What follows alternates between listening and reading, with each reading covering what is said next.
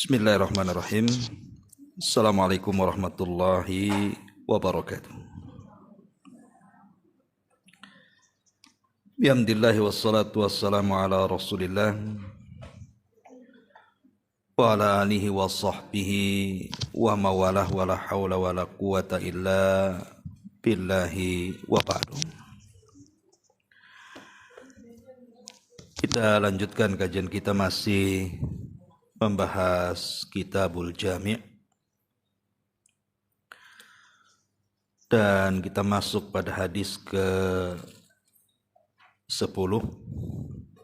hadis dari Ma'qil ibn Yasar radhiyallahu anhu. Kita baca hadisnya.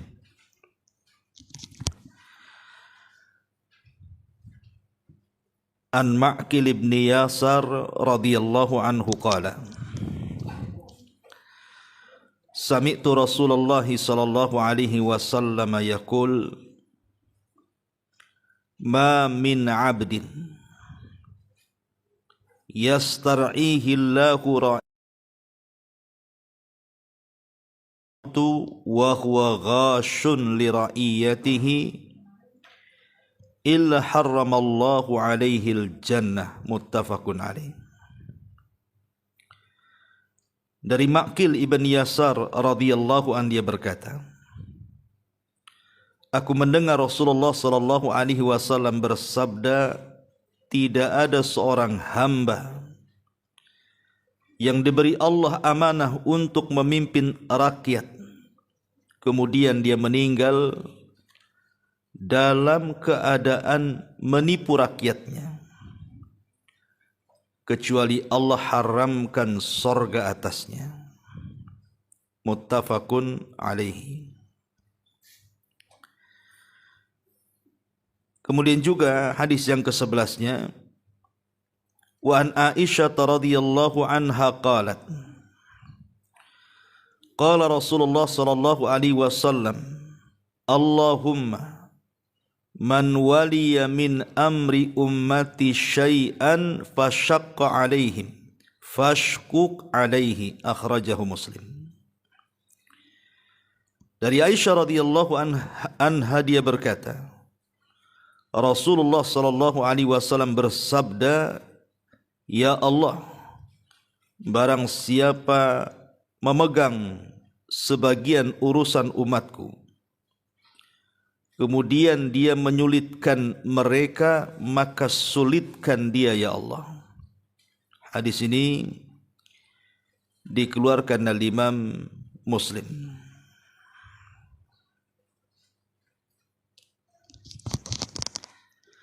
Ma'asyiral muslimat yang dimuliakan Allah Subhanahu wa taala, hadis ini bicara soal ancaman keras terhadap para penguasa yang curang, di mana ancamannya tidak main-main. Para penguasa atau para pemimpin yang curang, mereka para penipu rakyat yang dipimpinnya, maka Allah haramkan kepada mereka surga.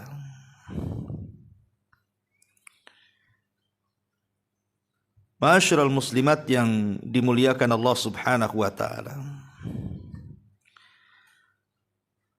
kalimat ma min 'abdin yastar'ihi Allahu ra'iyya, tidaklah seorang hamba diberi amanah oleh Allah Subhanahu wa taala untuk menjadi pemimpin. Maka ungkapan ini menunjukkan makna umum. Jadi tidak mesti pemimpin negara.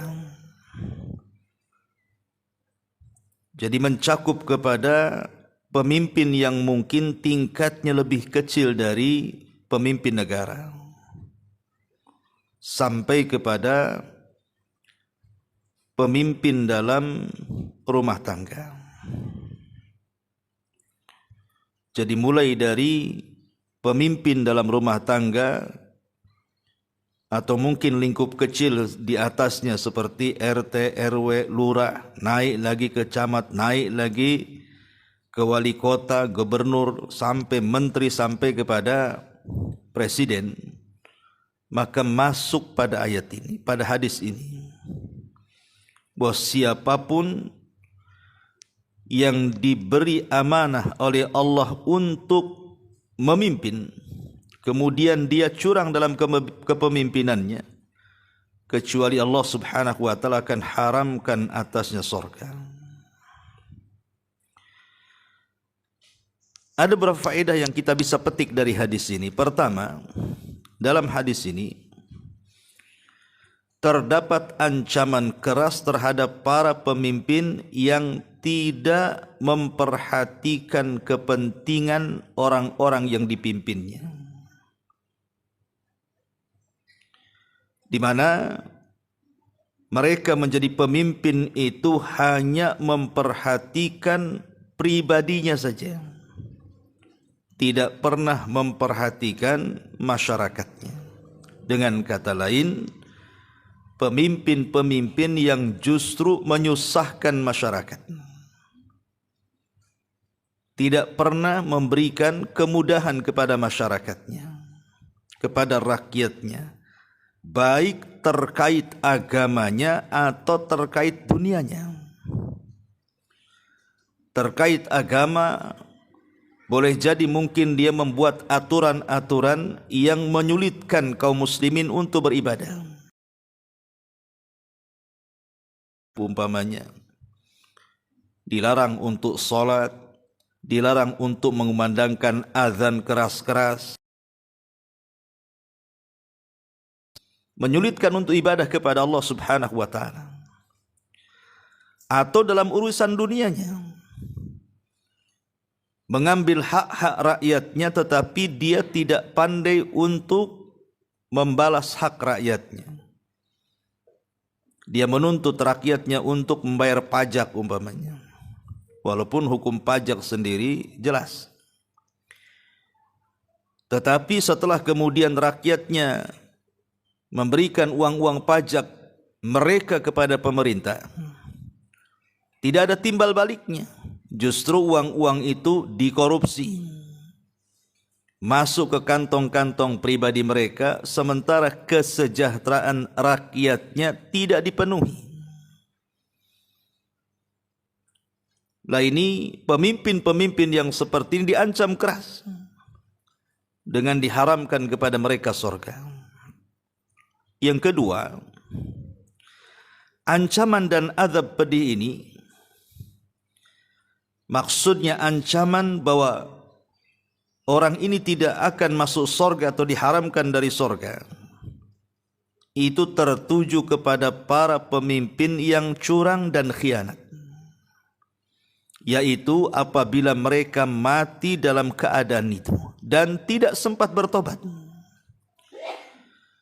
maka Allah subhanahu wa ta'ala haramkan surga yang merupakan kebahagiaan abadi. Itu karena kecurangan mereka terhadap rakyatnya, tidak lain karena untuk kepentingan pribadi atau koloninya di dunia.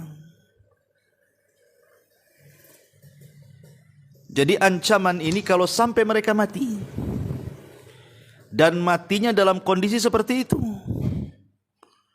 tidak pernah mensejahterakan rakyatnya, melarang rakyatnya untuk beragama dengan agama yang benar, kemudian mereka mati dalam kondisi seperti itu, maka kematian mereka akan membawa para pemimpin seperti ini masuk ke dalam neraka. Karena menjadi pemimpin itu bukan persoalan ringan, Bu. Tanggung jawab dia besar. Ketika Abu Bakar Siddiq radhiyallahu an mendengar saat wafatnya Rasul bahwa ada sebagian Ansar berkumpul di salah satu rumah daripada rumah-rumah Ansar, maka Abu Bakar Siddiq radhiyallahu an mendengar bahwa perkumpulan para pembesar Ansar ini untuk memilihkan pengganti Rasul sebagai khalifah. Dipilihlah Sa'ad ibn Ubadah ketika itu. Sementara jasad Nabi SAW belum dikebumikan, belum diurus. Tapi orang-orang Ansar sudah ribut siapa yang layak menjadi pemimpin. Ditunjuklah Sa'ad bin Ubadah. Terdengar perkara ini kepada Abu Bakar. Maka Abu Bakar Siddiq radhiyallahu an menggandeng Umar dan Abu Ubaidah ibnul Jarrah. Kemudian mendatangi pertemuan yang diadakan orang Ansar ini.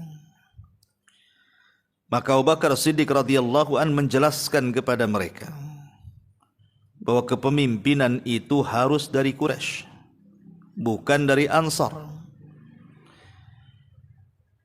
Bukan tidak ada alasan Abu Bakar mengatakan seperti itu, karena dia mendengar Nabi SAW bersabda, al-a'immatu min Quraisyin, bahwa tampuk kepemimpinan itu jatuh ke suku Quraisy. Artinya jatuh kepada orang-orang muhajirin, bukan Ansar. Ansar itu adalah para penolong, para menteri-menteri dan penasihatnya saja. Akhirnya kemudian mereka pun manut dengan Abu Bakar karena dia membawakan hadis Nabi. Sementara para sahabat itu sami'na wa ata'na. Mereka mendengar apa yang dikatakan Rasul dan melaksanakannya. Ketika kemudian mereka hendak memilih Abu Bakar Siddiq radhiyallahu an untuk menjadi pemimpin, Abu Bakar mundur. Dia tidak mau. Justru dia mempersilahkan orang yang di sampingnya Umar bin Khattab dan juga Abu Ubaidah ibnul Jarrah. Kata Abu Bakar, pilihlah dua orang ini. Maksudnya Umar dan Abu Ubaidah. Karena keduanya layak untuk menjadi pemimpin. Tetapi ketika Umar bin Khattab radhiyallahu anhu disebut namanya, dia pun mundur dan mengatakan, aku tidak layak menjadi pemimpin sementara ada Abu Bakar yang menjadi bawahanku. Baiatlah Abu Bakar.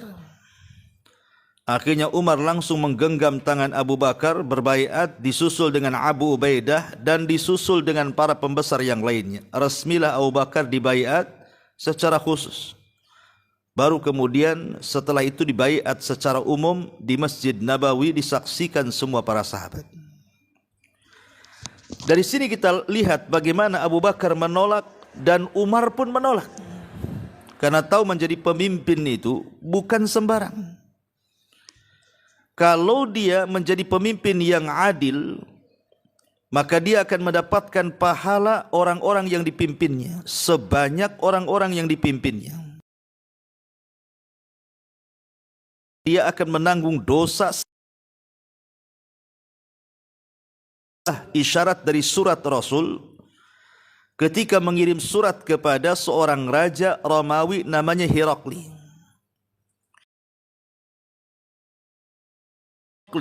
Pembesar Romawi itu, dia mengatakan, Bismillahirrahmanirrahim. Surat ini datang dari Muhammad, hamba Allah dan utusan Allah, tertuju kepada Herakli, pembesar Romawi. Aslim taslam, masuklah kau ke dalam Islam. Kalau tidak, maka engkau akan menanggung dosa orang-orang Arisiyin. Arisiyin itu artinya kaumnya Herakli. Dari sini ada isyarat bahwa di satu sisi pemimpin itu kalau adil, maka akan mendapatkan keistimewaan yang luar biasa di hadapan Allah. Karena akan mendapatkan kebaikan dan pahala sebanyak orang yang dipimpinnya. Wajar kalau seandainya Nabi mengatakan, sab'atun yudhilluhumullahu fi dhillihi yawma la dhilla illa dhilluh. Ada 7 kelompok yang akan mendapatkan naungan di hari yang tidak ada naungan kecuali naungan Allah. Nomor urut pertama kata Rasul, al-imamul adil. Manusia yang akan mendapatkan naungan pertama, merekalah para pemimpin yang adil. Berarti para pemimpin yang berkhianat, mereka tidak akan mendapatkan naungan itu. Padahal naungan itu sangat dihajatkan, karena matahari di padang mahsyar itu diletakkan 1 mil di atas kepala. Lihat bagaimana sikap Abu Bakar, kembali kepada kisah, dan sikap Umar bin Khattab radhiyallahu anhu sama-sama menolak untuk menjadi pemimpin. Kalau di zaman sekarang mana ada kayak gitu, Bu? Yang ada dia jelek-jelekan lawan oposisinya. Jangan pilih dia, pilih aku, katanya. Kemudian dia pun supaya mendapatkan kemenangan dalam kampanyenya, biasanya dia akan membuat 1000 janji. Sebab kalau tidak banyak janji tidak akan dipilih, Bu. Kalau saya menjadi pemimpin, saya janji jalan dari sini ke sana beres. Kalau saya menjadi pemimpin, saya berjanji lowongan pekerjaan selesai. Kalau saya menjadi pemimpin, saya akan begini, begitu, macam-macam. Walaupun setelah diangkat menjadi pemimpin, terkadang satu janji pun tidak ada. Lah, mental-mental pemimpin yang seperti ini bahaya. Karena berakibat kepada kecurangan dalam kepemimpinannya. Makanya dalam Islam keras pemimpin-pemimpin yang curang, pemimpin-pemimpin yang culas dan tidak adil itu ancamannya tidak main-main. Diharamkan surga loh bagi dia.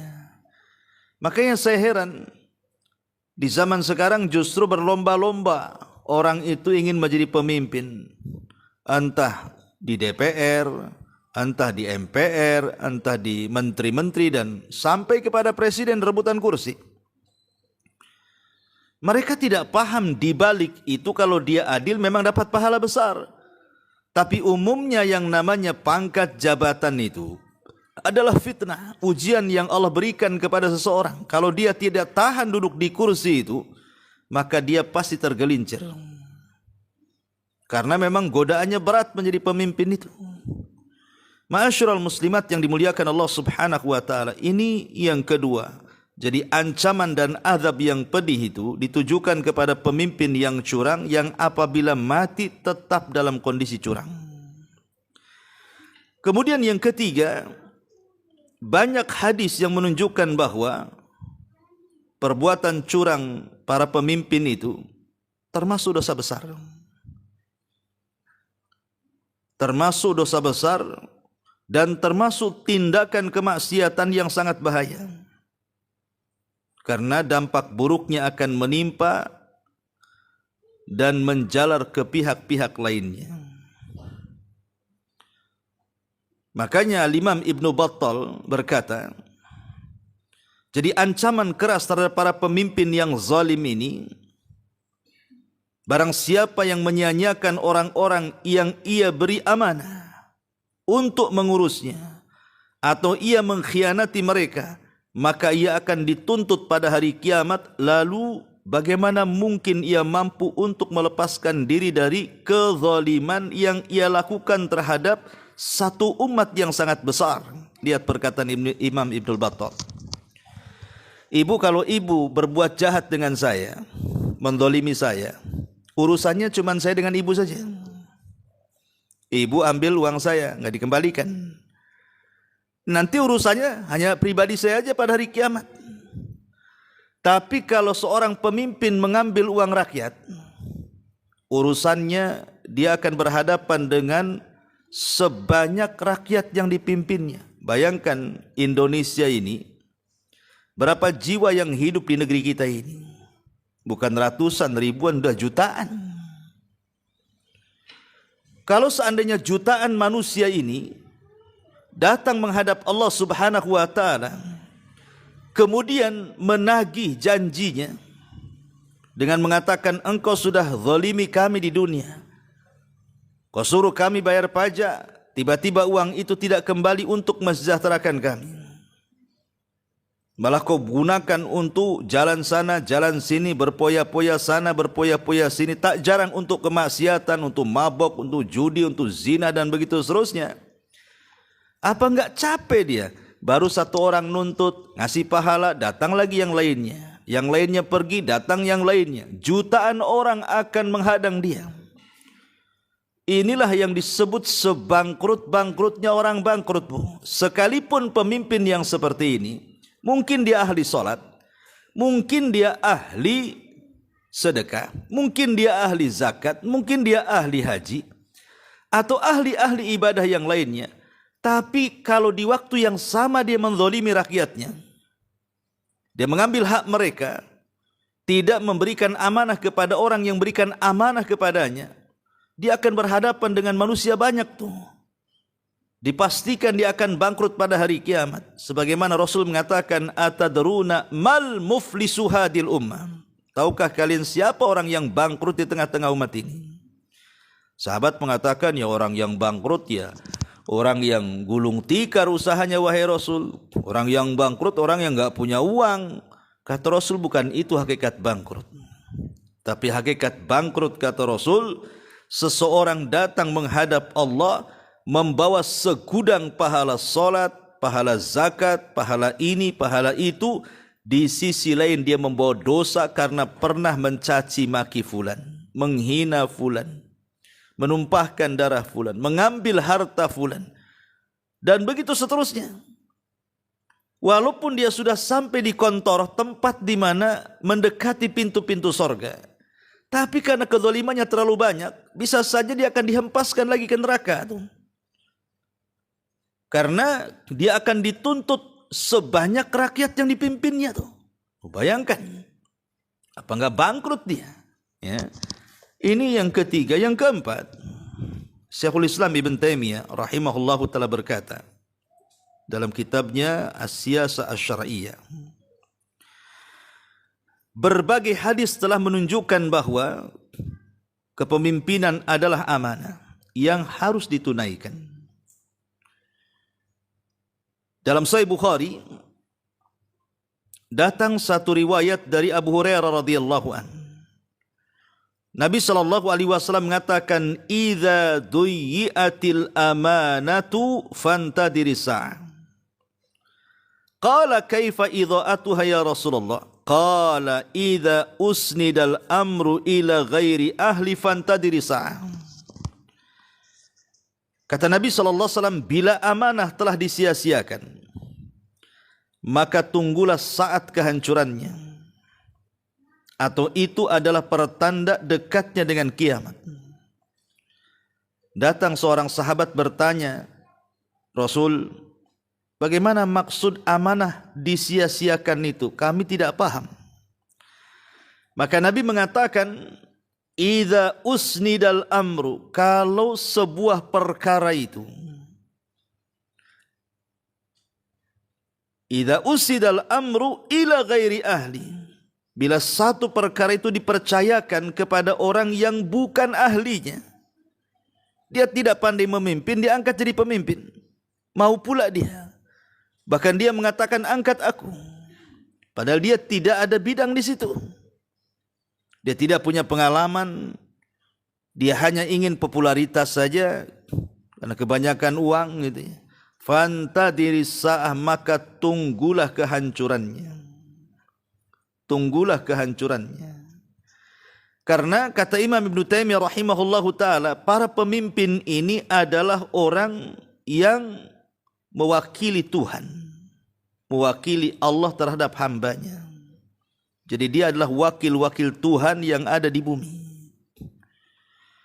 Jadi para pemimpin selain wakil Tuhan, maka dia wakilnya dari para hamba-hamba terhadap urusan mereka kan. Karena kita memilih pemimpin kan supaya urusan kita dipermudah. Makanya kita memilih pemimpin. Kalau tidak ada pemimpin kan susah nantinya. Jadi dua dia mewakili Allah terhadap hambanya untuk menerapkan hukum-hukumnya di permukaan bumi, dan dia pun mewakili manusia untuk mengurus keperluan mereka dan urusan mereka. Jadi di sini ada dua perkara, ya. Wakil Allah terhadap hambanya artinya mengurus agama manusia, dan wakil bagi hamba-hamba Allah yang lainnya maksudnya mengurus urusan dunia. Yang satu urusan agama, yang satu urusan dunia. Jadi wakil Tuhan itu maksudnya supaya mengurus urusan agama, tapi wakil dari hamba-hamba yang lainnya maksudnya urusan dunia. Jadi dua tuh, dia harus mengurus urusan agama, dia harus mengurus urusan dunia. Dia harus membuat undang-undang yang sesuai dengan syariat. Undang-undang perceraian, undang-undang rujuk, undang-undang waris, undang-undang pernikahan, undang-undang jual beli, dan begitu seterusnya. Ya. Ataupun pamannya urusan dunia, tentang makan, kesejahteraan makan rakyatnya macam mana, ya, pengadaan Mungkin kalau negeri kita ini sembakonya, berasnya, bumbunya, macam-macamnya ya, bla bla bla bla, macam-macam lah. Sampai ke urusan air, listrik, perizinan, macam-macam. Maksud dipermudah. Lah kalau seandainya kemudian mereka para pemimpin itu mempersulit urusan agama manusia, bahkan mempersulit urusan manusia yang lainnya, maka dia tidak layak mewakili Tuhan di permukaan bumi dan tidak layak mewakili hamba Allah untuk mengurus manusia yang lainnya. Karena dia tidak amanah. Dan amanah yang diberikan kepadanya, dia tidak sanggup untuk memikulnya. Negara dan tanda kehancuran negara itu pasti tanda dari tanda-tanda dekatnya kiamat. Kemudian yang nomor 5, masuk dalam masalah kepemimpinan diantaranya pengelolaan wakaf, menunaikan wasiat, menjadi wali atas anak kecil dan orang-orang yang tidak mampu. Jadi mencakup segalanya. Bukan hanya urusan ini saja, semuanya. Makanya kenapa dahulu di zaman Umar bin Khattab radhiyallahu anhu, Umar ini pernah jalan-jalan, Bu, di malam hari. Tiba-tiba dia melihat ada seorang ibu di dekat tendanya itu sedang merebus sesuatu dan anak-anak di sekitarnya menunggu hasil rebutan itu. Anak-anaknya masih kecil. Jadi Umar bin Khattab ini heran dengan ibu tadi. Kok dia merebus lama sekali, tidak matang-matang. Tiba-tiba didekati oleh Umar bin Khattab, rupanya yang direbus bukan nasi, bahasa kitanya bukan beras, supaya jadi nasi, bukan singkong, bukan apa gitu. Yang direbus batu, Bu. Kalau ibu merebus batu, matangnya kapan, Bu? Sampai kiamat nggak matang-matang. Ya. Kenapa ibu ini kemudian merebus batu? Karena nggak ada yang mau direbus. Dia hanya mengelabui anak-anaknya saja supaya nunggu kelelahan kemudian tidur. Jadi ketika kemudian Umar lewat, heran kemudian bertanya, kenapa kau lakukan seperti ini? Tiba-tiba ibu ini mencela Umar. Padahal di hadapannya Umar, dia tidak kenal Umar. Dia mengatakan di hadapan Umar bin Khattab, dan dia tidak kenal siapa Umar. Dia mengatakan, demi Allah, kalau nanti aku mati katanya, maka akan tuntut tu si Amirul Mukminin Umar bin Khattab di hadapan Allah. Kenapa dia sampai menyengsarakan rakyatnya? Dia ngomong di hadapan Umar itu, padahal dia tidak kenal Umar. Dia mengatakan, kalau aku mati, kata ibu ini, akan kutuntut tuh Amirul Mukminin Umar itu di hadapan Allah. Kenapa bisa dia menyengsarakan rakyatnya, katanya. Umar bin Khattab radhiyallahu an langsung terenyuh. Masuk perkataan ibu itu ke dadanya. Tiba-tiba dia menangis dia. Kemudian Umar mengatakan kepada ibu, apa yang salah dari Umar bin Khattab kepadamu? Katanya.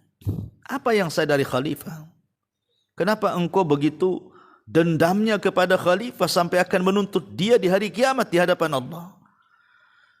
Maka ibu ini mengatakan, tidakkah Umar mengetahui rakyatnya bahwa ada di antara rakyatnya yang masih kelaparan? Maka Umar mengatakan, bukankah Umar tidak tahu satu persatu di antara rakyatnya?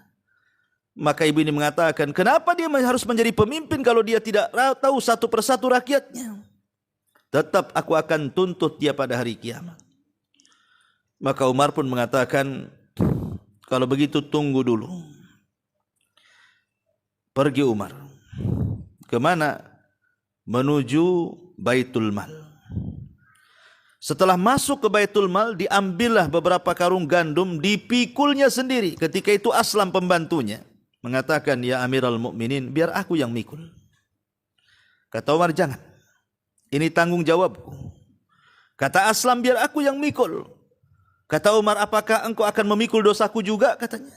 Biarkan aku yang mikul. Lihat ketegasan Umar bin Khattab radhiyallahu anhu, tidak ada pada pemimpin di zaman sekarang. Karena pemimpin di zaman sekarang dilayani. Kemana-mana ada bahasa kasarnya bodyguardnya ya. Pas pampres mungkin bahasa kitanya. Ya. Dijaga ke sana kemari. Kalau beli-beli yang bawa ajudannya. Ya, kalau naik mobil yang nyopir ajudannya. Pokoknya dilayan. Pemimpin sekarang kan. Ya. Tetapi lihat Umar bin Khattab tidak mau dilayan. Ini tanggung jawab saya. Sampai dia mengatakan kalau engkau memikul berarti engkau memikul dosaku juga mau katanya.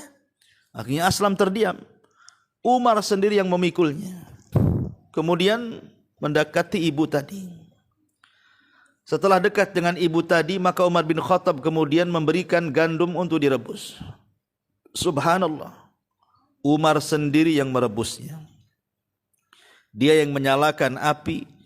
Dia yang merebuskan gandum untuk menjadi makan malam bagi keluarga miskin itu.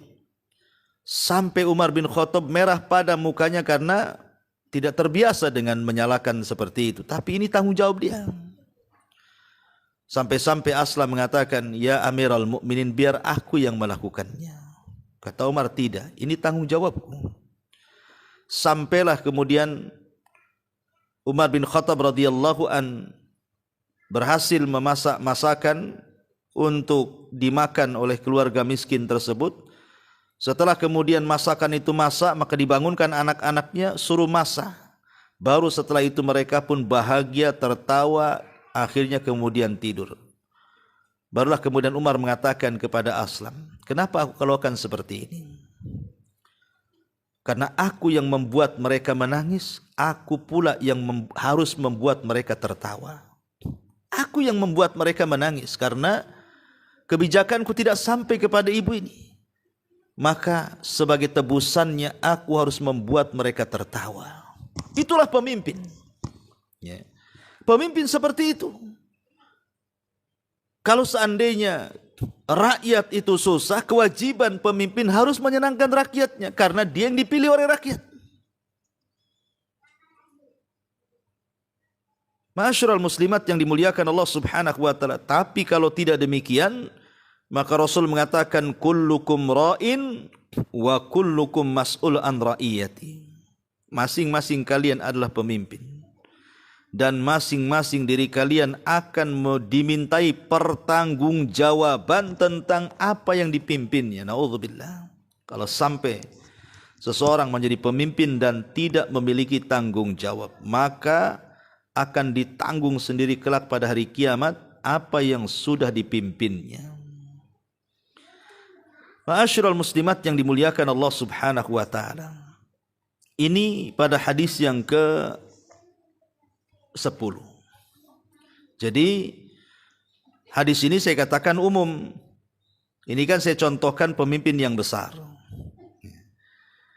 Tetapi kan bukan hanya mencakup pemimpin yang besar saja, sampai kepada seorang suami bertanggung jawab akan istri dan anaknya, serta budak-budaknya kalau ada budaknya. Istri pun pemimpin bagi anak dan harta suaminya. Ibu pun akan dimintai tanggung jawab.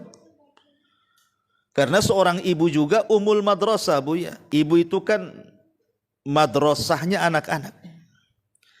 Kesalahan di zaman sekarang, terkadang pendidikan anak itu diserahkan kepada orang lain. Ibu tidak tahu menahu. Lebih celakanya kalau seandainya orang yang diserahkan untuk mendidik anak itu mungkin melakukan kekerasan terhadap anak ibu dengan cara mungkin memarahinya saat mengajar atau memukulnya saat mengajar, kayak zaman-zaman dulu lah kan. Ibu mungkin pernah merasakan zaman-zaman dulu kalau ngaji di musola, ya kan gurunya garang-garang kan, Bu ya. Kadang-kadang ada yang direndam di kolam. Kalau di Jawa Barat dulu saya mengalami, Bu ya, masih kecil-kecil itu kalau salah saja ngajinya itu direndam di kolam dari maghrib sampai isya, Bu. Karena di Jawa Barat tuh masjid rata-rata ada kolamnya tuh. Atau kadang-kadang disabet tuh pakai gagang sapu. Atau kadang-kadang dibakar alisnya, Bu, sama korek tuh. Zaman dulu ya. Supaya tidak ngantuk. Kalau ngantuk, memang lah ya. Tapi kan zaman dulu itu enak, Bu. Jadi kalau anaknya kapok, kemudian kabur kan, Bu ya, ke rumahnya, ngelaporin apa yang dilakukan kiainya, itu diantar lagi, Bu, sama orang tuanya. Jadi kayaknya sudah ada kong kali kong orang tua dengan kiai itu. Jadi si anak itu ndak ada pembelaan kan gitu ya. Dia mau ngadu sama siapa kan gitu. Sehingga betul-betul gemblengan anak-anak dulu itu memang betul-betul keras dan jadi gitu ya. Karakter akhlaknya pun jadi. Kalau anak sekarang, Bu, digituin di pesantren, lapor polisi ibunya. Ya. Ini sudah masuk HAM ini. Ini sudah KDRT ini. Ya. Jadi aneh di zaman sekarang ini. Padahal sebenarnya kan tanggung jawab pendidikan itu bukan hanya pihak sekolah saja, pihak pesantren, pihak masjid gitu ya. Tanggung jawab penuh pendidikan itu orang tua. Mereka itu hanya menyempurnakan saja. Karena begini, Bu, manfaatnya ya. Kalau anak ibu ini, ibu ajarkan hal-hal yang wajib-wajib dari ibadah umpamanya. Kita tahu bahwa salah satu ibadah yang wajib itu sholat. Ibu yang ngajarkan sholat anak-anak itu. Minimalnya Al-Fatihahnya lah ibu yang ngajarkan. Atau surat-surat pendeknya. Dan gerakan-gerakannya sehingga sebelum anak ibu dididik oleh orang lain, anak itu sedikit mungkin sudah tahulah cara sholat. Walaupun belum sempurna kan itu ya. Coba bayangkan, Bu, kalau anak itu sudah balik, kemudian menjadi anak yang soleh, anak yang soleha. Dalam sehari dia sholat 5 waktu. Ditambah dengan sholat-sholat sunnahnya. Entah duhanya, entah rawatibnya, tahiyatul masjidnya, witirnya, tahajudnya, dan sholat-sholat mutlak lainnya. Coba dalam satu hari, ibu dapat pahala banyak, Bu. Kenapa? Karena anak itu bisa sholat, ibu yang ajar. Belum lagi dari bacaan Qurannya, bacaan Fatihahnya dibaca terus, Bu, setiap hari dalam sholatnya. Ibu dapat pahala bacaan Fatihah anak itu, bacaan zikir anak itu, doa anak itu. Berapa banyak coba ibu mendapatkan pahala dari orang yang ibu ajarkan. Karena Rasul yang mengatakan man dalla ala khairin kafaili. Siapapun yang menunjukkan manusia kepada kebaikan, maka dia akan mendapatkan pahala orang yang mengikuti kebaikan itu. Man dalla ala hudan kana lahu ajrun wa ajru man amila ba'dahu la yanqusu min ujurihim syai'a. Siapa yang menunjukkan kepada hidayah, maka dia dapat pahala dan pahala orang yang mengikutinya tanpa mengurangi pahala mereka sedikit pun. Itu namanya multi level pahala, Bu. Jadi setiap hari ibu dapat kiriman pahala dari anak ibu yang ibu didik sholat. Itu baru bab sholat, ibu. Belum lagi bab ngajinya, baca Qurannya. Belum lagi ibu ajari anak itu dari kecil supaya mudah bersedekah. Tiap hari ibu titipi 1.000 perak, 2.000 perak gitu kan. Mungkin suruh masukkan ke kotak amal, akhirnya terbiasa infak. Setelah besar dia ahli infak umpamanya kan. Berapa banyak tuh, karena ibu yang ngajarkan. Atau mungkin akhlak dia. Sebelum orang lain yang mengajarkan akhlak, ibu yang ajarkan akhlak. Nah, kalau masuk salam, kalau masuk kamar mandi baca doa, keluar kamar mandi baca doa, kalau mau makan baca doa, habis makan baca doa umpamanya kan. Ibu yang ajarkan semuanya tuh. Oh, makin banyak lagi ibu dapat pahala transferan dari anak itu. Ya. Tapi kalau umpamanya ibu titipi anak itu kepada orang, ibu tidak mau tahu. Sementara orang lain yang memberitahu bagaimana cara sholat, orang lain yang memberitahu bagaimana cara ngaji dan begitu seterusnya, maka pahalanya disalurkan kepada mereka lah jadinya. Padahal itu anak ibu, aset ibu. Ya. Makanya wanita pun sangat bertanggung jawab terhadap anak-anaknya, karena ibu itu kan madrasah, ummul madrasah. Dan biasanya, Bu, pendidikan anak itu kalau dipegang oleh seorang ibu rata-rata berhasil, Bu. Kalau dia punya niat yang jujur dan kesungguhan dalam mendidik. Lihat para ulama, Bu, itu rata-rata anak yatim. Yang didik orang tuanya, yang didik ibunya. Imam Syafi'i menjadi ulama besar itu tidak lepas dari pendidikan ibunya. Imam Ahmad menjadi besar itu tidak lepas dari pendidikan ibunya. Coba bayangkan, Abu Hanifah, Imam Malik, imam madhab, itu tidak lepas daripada pendidikan ibunya tuh. Mereka menjadi ulama-ulama besar, Sufyan Ats-Tsauri dan ulama-ulama yang lainnya. Ini menunjukkan bahwa kalau seorang ibu aktif berperan untuk mendidik anaknya, itu rata-rata berhasil, Bu. Maka jadilah ibu yang baik, ya. Tapi jangan pula mengajarkan yang tidak baik, sesuatu yang tidak positif jangan diajarkan, Bu. Ya, terkadang anak itu setelah besar ahli gosip. Oh, rupanya ibunya tukang gosip. Ahli gibah, ibunya ratu gibah. Ya. Kan ahli mencela, ibunya memang lisannya lisan silet kan gitu. Jadi jangan sampai kemudian, karena begini Bu, kan ada istilah lah di negeri kita ini, yang namanya buah mangga kalau jatuh kan gak jauh-jauh dari pohonnya, Bu.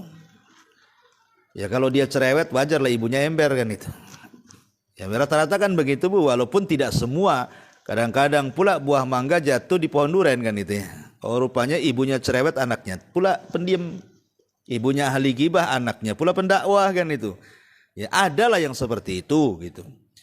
Nah, tapi yang jelas bahwa pengaruh seorang ibu kepada anak itu luar biasa, karena memang dia pemimpin dalam keluarga. Ini yang pertama ya, bagi anak-anaknya. Yang kedua, pemimpin untuk amanah menjaga kekayaan suaminya. Akan ditanya, Bu, setiap rupiah yang suami titipkan kepada ibu itu kemana ibu belanjakan? Akan ditanya. Karena seorang ibu itu menjadi pemimpin bagi anak dan bagi. Apakah dia kemudian menyalurkan harta suami ini memang ke jalan yang benar gitu ya? Ataukah justru menghambur-hamburkan tanpa sepengetahuan suaminya? Maka semua akan ditanya di hadapan Allah Subhanahu wa ta'ala. Lah begitu juga suami ketika memimpin istri pun demikian. Dan begitu seterusnya. Tetapi dalam hadis ke-11 kita lihat bahwa kalau sampai seseorang itu menjadi pemimpin, walaupun hanya kelas rumah tangga suami atau istri gitu ya, kok mempersulit, bukannya mempermudah, maka kehidupannya akan dipersulit oleh Allah Subhanahu wa ta'ala. Seorang suami tidak mempermudah istri, maka akan dipersulit terus kehidupannya. Seorang istri justru mempersulit suaminya karena tidak amanah ketika diberikan harta, dihambur-hamburkan oleh dia, kadang-kadang hanya untuk hidup hedonis saja kan begitu, untuk gaya-gayaan saja, meniru tetangganya ke salon, ikut ke salon, beli tas yang merek dari Amerika, padahal ada di Cina yang lebih murah umpamanya kan. Pokoknya suaminya tidak paham, asik minta uang saja. Lah dari sini ini semua, kalau ibu mempersulit suami, ibu akan sulit sendiri. Suami mempersulit istri, suami akan sulit sendiri. Karena doa Nabi di sini, Nabi yang mendoakan. Ibu mempersulit anak-anak gitu ya, tidak diarahkan kepada yang positif, ke agama gitu ya, ke akhlak dan begitu seterusnya, maka akan dipersulit. Nanti anak ini kalau sudah besar, jangan salahkan kalau dia mempersulit orang tuanya. Entah jadi anak durhaka, naudzubillah, entah jadi anak yang kurang ngajar kepada orang tuanya. Akhirnya setelah anak dewasa, baru tahu orang tuanya. Dipersulit oleh anaknya. Bahkan saking dendamnya seorang ibu karena bermusuhan dengan anaknya, terkadang terkeluar ucapan, "Nana kalau tahu sudah besar kayak gini, ku cekik waktu bayi," katanya. "Biar mati kamu," katanya. Jadi ada kemudian yang seorang ibu sampai melontarkan kata-kata itu kan, dipersulit oleh anaknya. Boleh jadi ketika anaknya masih kecil, ibu mempersulit dia, tidak mengarahkan ke agama, tidak mendidik akhlak dan begitu seterusnya. Jadi kama tadinu tudan. Apa yang kita usahakan, maka begitulah buah hasilnya. Tidak jauh-jauh dari usahanya. Kalau ibu menanam kebaikan, akan menuai kebaikan. Kalau ibu menanam keburukan, ya tuayannya juga pasti yang buruk. Nah inilah dua hadis yang penting untuk kita renungkan. Wallahu a'lam bishawab. Saya kira cukup sampai di sini. Baik, kalau ada yang bertanya silahkan.